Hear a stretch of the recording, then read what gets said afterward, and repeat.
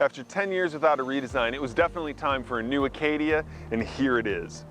Last year saw the introduction of the new C1 platform, a chassis that the Acadia shares with the Cadillac XT5. 2018 will see a longer wheelbase version go into the Chevy Traverse and the Buick Enclave, but GMC wanted to tighten up the Acadia a bit for this redesign, so the shorter wheelbase it is. The result is that the Acadia is 7.5 inches shorter in overall length, 3.5 inches more narrow, and 6.6 inches shorter in height. Couple that with a new 4-cylinder engine, and the Acadia lost nearly 750 pounds in 2017.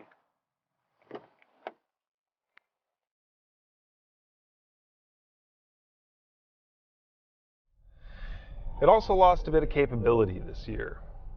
Towing capacity, that's down 1,200 pounds to 4,000 total. And while towing was never the Acadia's specialty, that now puts it about 1,000 pounds behind most competitors. Cargo capacity went down as well. Previously you'd get 24 cubic feet and 116 cubic feet total if you put all the seats down. But now that's dropped to 12.8 cubic feet in the trunk and just 79 total. So it's a bit of a downgrade. But thankfully, most of that space was lost in the third row. It's nowhere near as comfortable back there, and it's not suitable for adults anymore. And with there being just nearly half as much trunk capacity, I'm imagining most people are just going to leave those third row seats down and go for the extra space. And that's what I've been doing. But it looks like none of that space was taken from up front. Hold on, I want to pull over and show you something. All right, now I'm 6'4", and I have arms like an orangutan.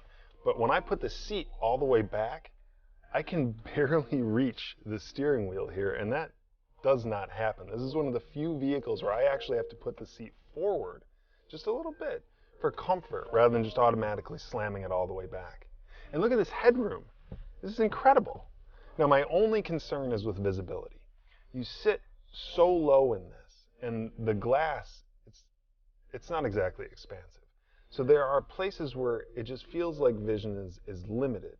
Like especially over my left shoulder here, when I'm checking to change lanes, that new hump right below the C-pillar, that always feels like there's a car just sitting right in my blind spot.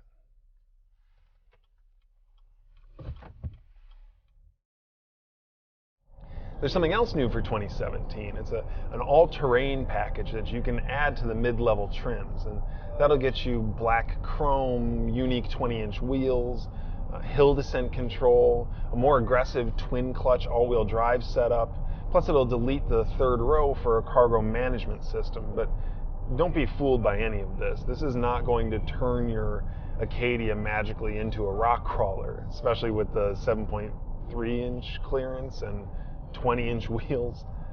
Now, if you live in an especially snowy area, okay, maybe take a look at that one. But otherwise, I think I'd just leave it be.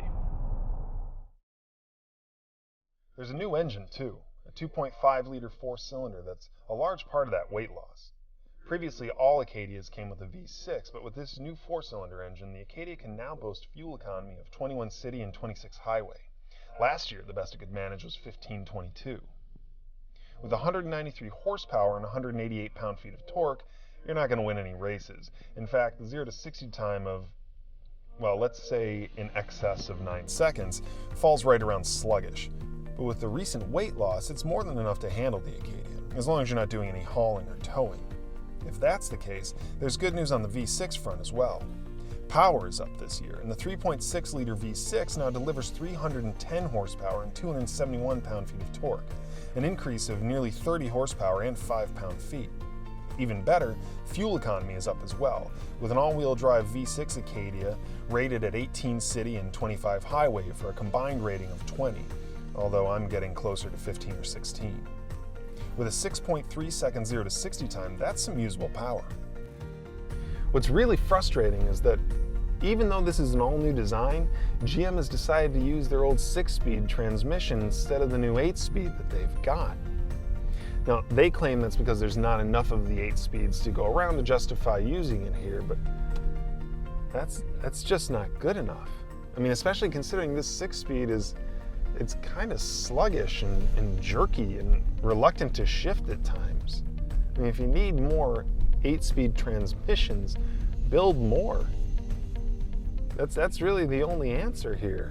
I mean, the 8-speed doesn't have those problems, and those are the little differences that mean winning instead of just keeping up.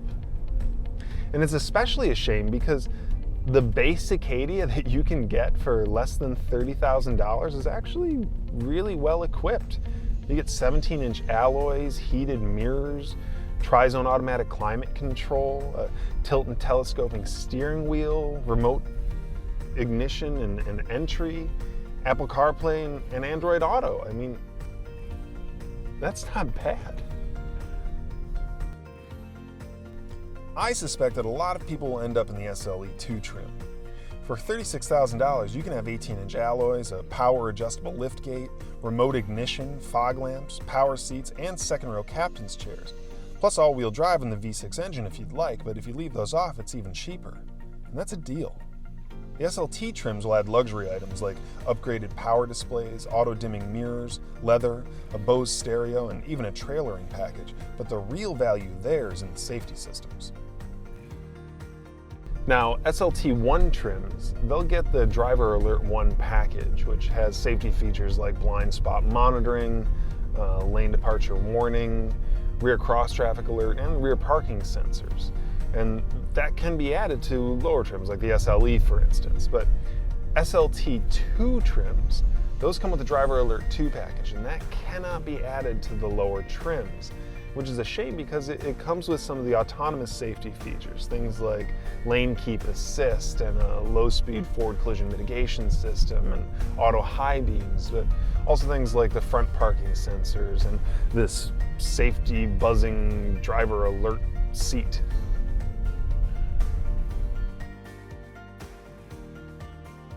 Now this is the top tier Denali trim, so it gets all the goodies. It's got the polished 20-inch wheels, the larger 8-inch touchscreen with navigation, updated driver's display, xenon headlights and unique grille, these heated and ventilated leather seats, power leather heated steering wheel, tilt and telescoping, and a hands-free power liftgate. It also comes with the optional technology package, which adds the surround view camera, adaptive cruise, and collision prep, and that can only be added to the Denali.